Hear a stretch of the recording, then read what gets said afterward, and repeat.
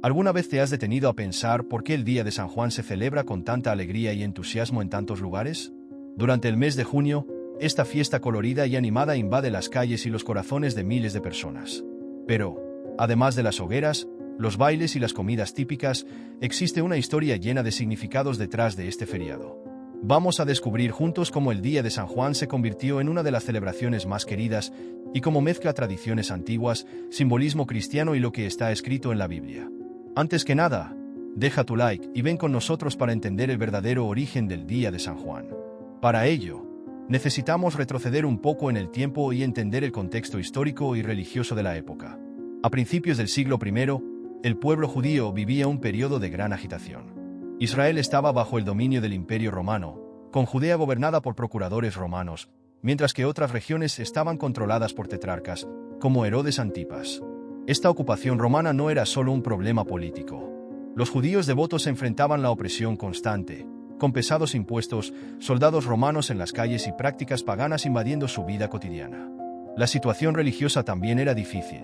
El pueblo judío estaba dividido en diferentes grupos y sectas: los fariseos, que seguían rigurosamente la ley y las tradiciones, y los saduceos, una clase sacerdotal y aristocrática que controlaba el templo en Jerusalén.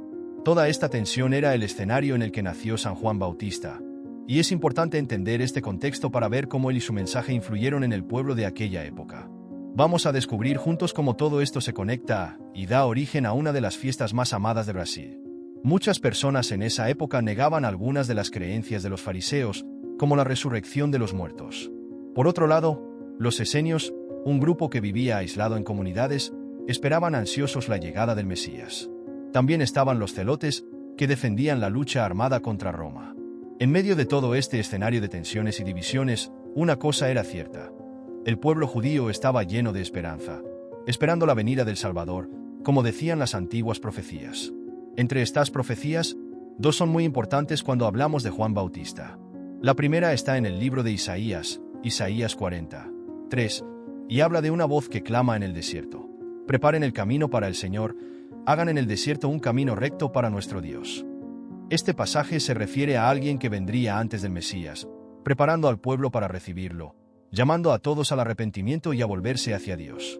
La segunda profecía está en Malaquías 3:1, donde Dios dice: enviaré a mi mensajero, quien preparará el camino delante de mí. Y entonces, de repente, el Señor que ustedes buscan vendrá a su templo. Este pasaje también habla sobre la venida de un mensajero que prepararía al pueblo para el Mesías. Con estas promesas, la expectativa para la llegada del Mesías estaba a todo vapor.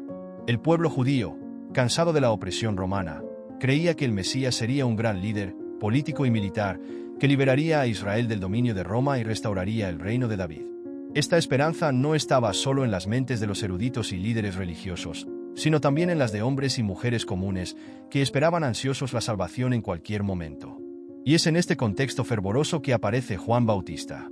Él surge como la voz en el desierto, cumpliendo las profecías y llamando al pueblo al arrepentimiento, preparándolos para el Mesías que estaba por venir.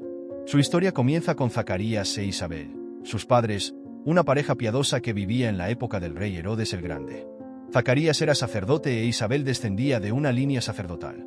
Ambos eran conocidos por su justicia y fidelidad a Dios, siguiendo los mandamientos y preceptos de manera irreprensible.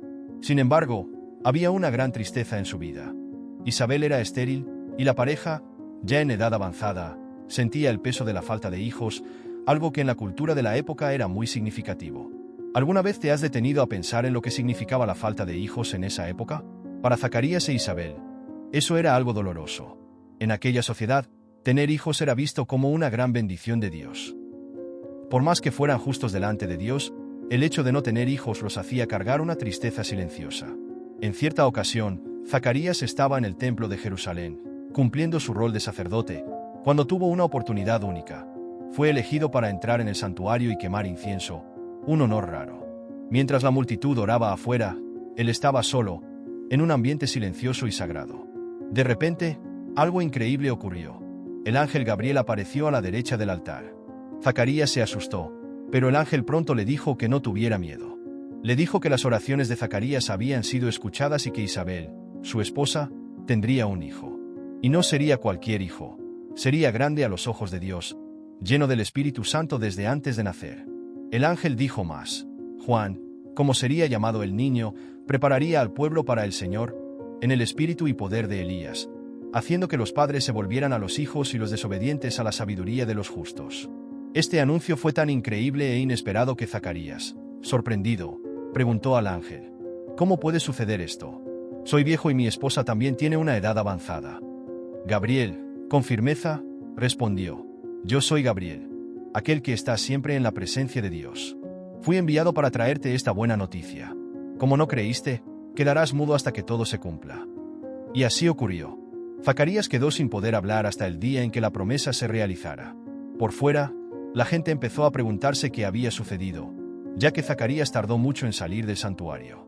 Cuando finalmente salió, no podía hablar, pero todos se dieron cuenta de que algo sobrenatural había ocurrido.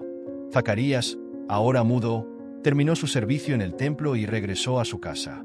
Y poco después, Isabel, su esposa, concibió. Ella permaneció recluida durante 5 meses, pero cuando se aisló, dijo algo profundo: Esto es obra del Señor. Ahora él me miró y me bendijo. Imagina lo que debió haber sido para Isabel y Zacarías. Una pareja justa, pero sin hijos, viviendo con ese peso sobre ellos. Para muchos, la falta de hijos era vista como una humillación, pero Dios tenía un plan especial para ellos. Cuando el ángel anunció el nacimiento de Juan Bautista, fue un milagro increíble. A pesar de la avanzada edad de la pareja y la esterilidad de Isabel, Dios cumplió su promesa de manera sorprendente, mostrando que Él es capaz de hacer lo imposible. El tiempo pasó y llegó el gran momento. Isabel dio a luz a un hijo. Los vecinos y parientes, sabiendo de la gran misericordia de Dios, se sintieron inmensamente felices. Al 8º día, siguiendo la tradición judía, llegaron para hacer la circuncisión y, como era costumbre, pensaron en darle al bebé el nombre de Zacarías, en homenaje a su padre. Pero Isabel dijo: No, él será llamado Juan. Esto sorprendió a todos, porque nadie en la familia tenía ese nombre. Entonces, todos miraron a Zacarías, que aún estaba mudo, y le preguntaron qué opinaba. Él pidió una tablilla y, al escribir el nombre Juan, algo milagroso ocurrió. Su boca se abrió y comenzó a alabar a Dios. La sorpresa fue general. Todos en la región quedaron asombrados y comenzaron a comentar sobre lo que ocurría. Todos se preguntaban: ¿qué será de este niño? La mano de Dios está con él. Lleno del Espíritu Santo, Zacarías entonces cantó un cántico profético, conocido como el Benedictus. Comenzó diciendo: Bendito sea el Señor, el Dios de Israel, porque Él vino a visitar y redimir a su pueblo. Zacarías agradecía a Dios por la promesa cumplida y profetizaba sobre el futuro de Juan, diciendo que él sería llamado profeta del Altísimo y que prepararía el camino para el Señor. Habló sobre el perdón de los pecados y sobre cómo la luz de Dios, a través de Juan, brillaría para guiar a los pueblos que vivían en las tinieblas y en la sombra de la muerte. Así fue como Juan creció fuerte en espíritu y, desde joven, fue guiado por una misión divina. La historia de su vida era parte del gran plan de Dios para traer paz y salvación a su pueblo. Juan Bautista tuvo una infancia y juventud muy diferentes a la mayoría. Creció en el desierto, lejos de las comodidades de la ciudad y de la influencia de las cosas del mundo. Su vida era simple, centrada en prepararse para lo que Dios tenía para él. Vestía pieles de camello y un cinturón de cuero, y su comida era muy básica, con langostas y miel silvestre.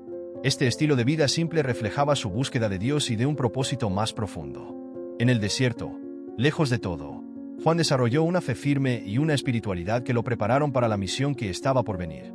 Se convirtió en un hombre de carácter fuerte, y cada día en ese ambiente solitario lo acercaba más al propósito que Dios tenía para su vida: ser el precursor del Mesías, aquel que prepararía el camino para la llegada de Jesús. Su estilo de vida llamaba la atención de todos, y su mensaje era claro y directo: arrepiéntanse, porque el reino de los cielos está cerca. Juan predicaba con una voz fuerte y convincente, invitando a la gente a cambiar sus vidas, alejarse de sus pecados y volverse hacia Dios. No predicaba en las grandes ciudades, sino en las orillas del río Jordán, y aún así, multitudes venían de Jerusalén, Judea y otras regiones para escucharlo.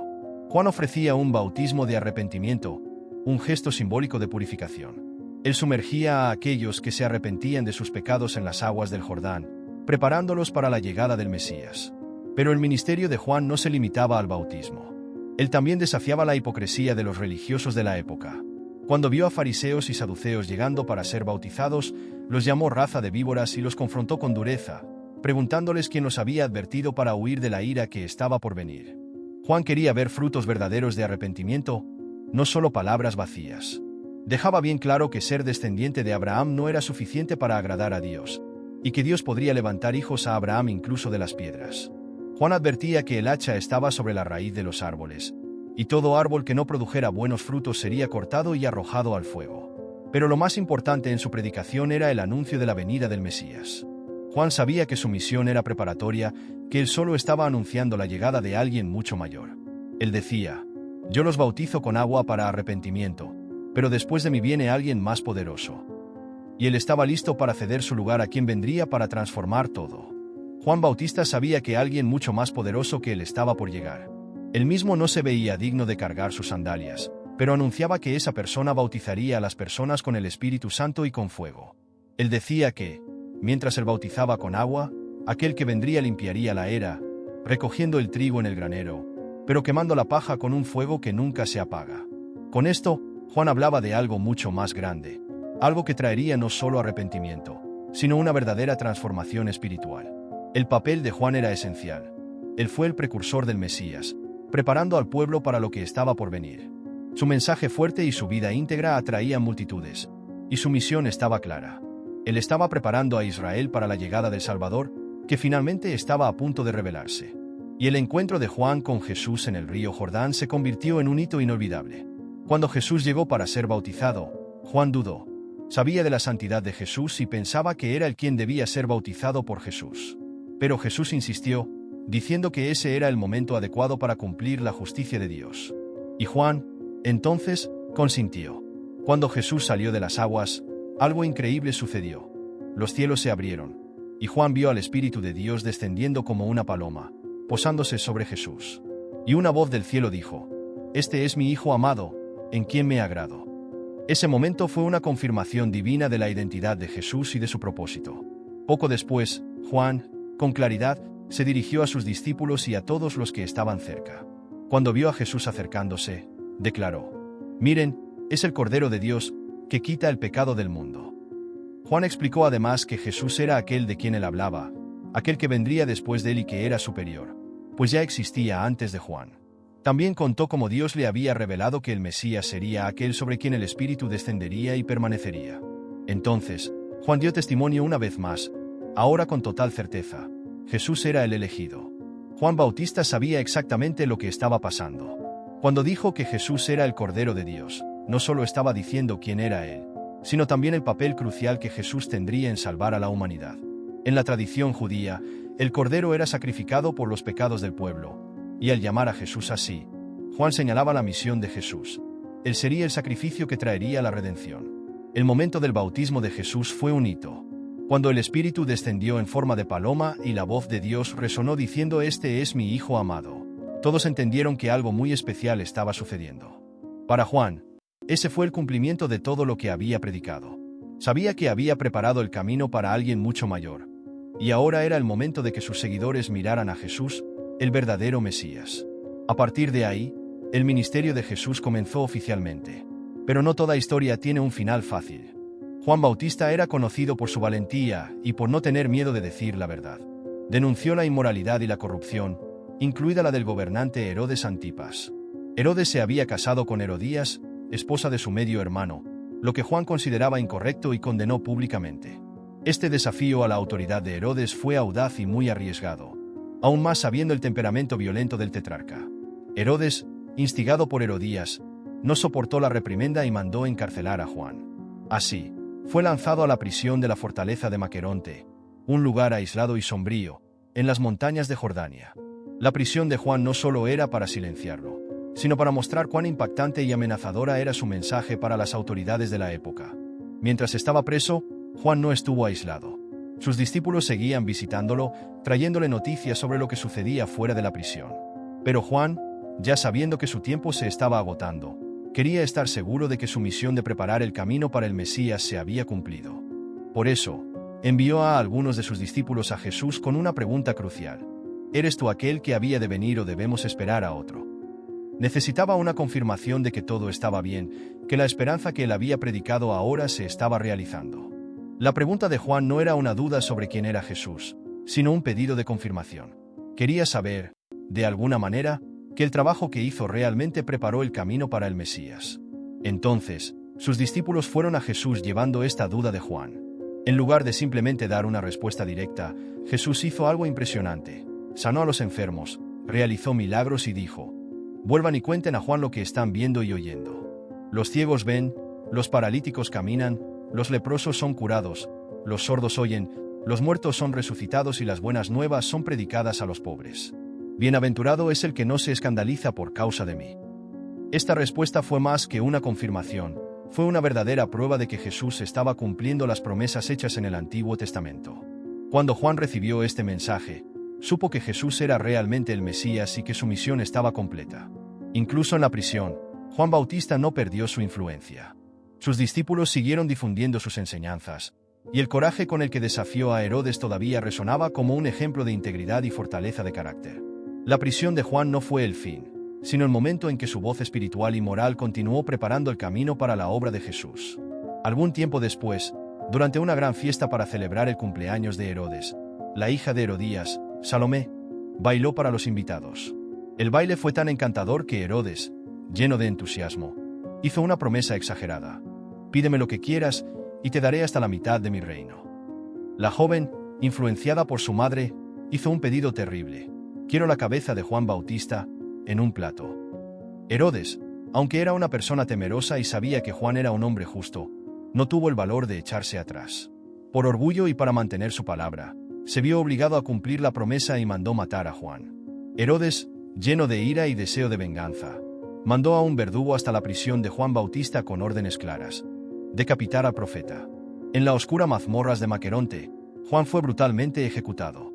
Su cabeza fue colocada en una bandeja y entregada a Salomé, quien la llevó directamente a su madre, Herodías. Esta muerte cruel fue el clímax de la venganza de Herodías contra Juan, quien había denunciado públicamente su matrimonio con Herodes. Tras la ejecución, los discípulos de Juan, aún fieles y respetuosos, vinieron a buscar su cuerpo. Con mucha tristeza y reverencia, enterraron el cuerpo de Juan y pronto fueron a contarle a Jesús sobre la tragedia. La muerte de Juan Bautista, tan injusta y dolorosa, marcó el fin de su papel como precursor del Mesías.